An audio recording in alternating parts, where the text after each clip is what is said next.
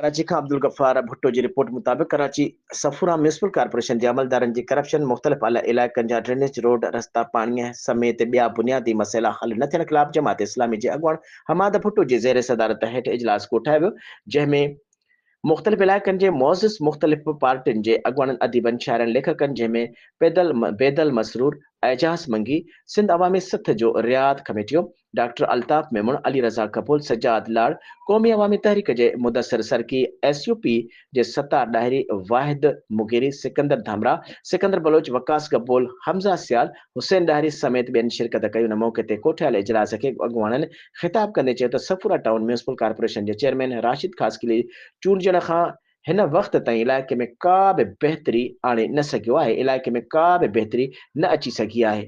वेतर मसइला अञा वधी रहिया आहिनि। मुख़्तलिफ़ इलाइक़नि अंदरि पाणी रोड रस्ता सिवरेज समेत ॿिया काफ़ी मसइला जेकी हिन वक़्त ताईं शिकायतुनि बावजूदि हल न पिया कया वञनि, जॾहिं त टाउन चेयरमैन राशिद ख़ासकेलीअ खे माहवार ₹4.5 करोड़ रुपया बजट ॾिनी वञे थी, जेका म्यूनिसिपल कमिश्नर इम्तियाज़ मक्सी ऐं ॿिया अमलदार मिली भगत करे कूड़नि बिलनि वॉचरनि ज़रिए हड़प करे रहिया आहिनि।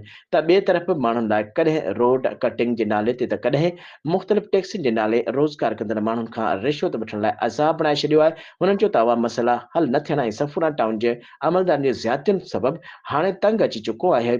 गटरनि जो पाणी रोडनि ते बीहण सबबि माण्हू अज़ियतुनि खे मुंहुं ॾेई रहिया आहिनि।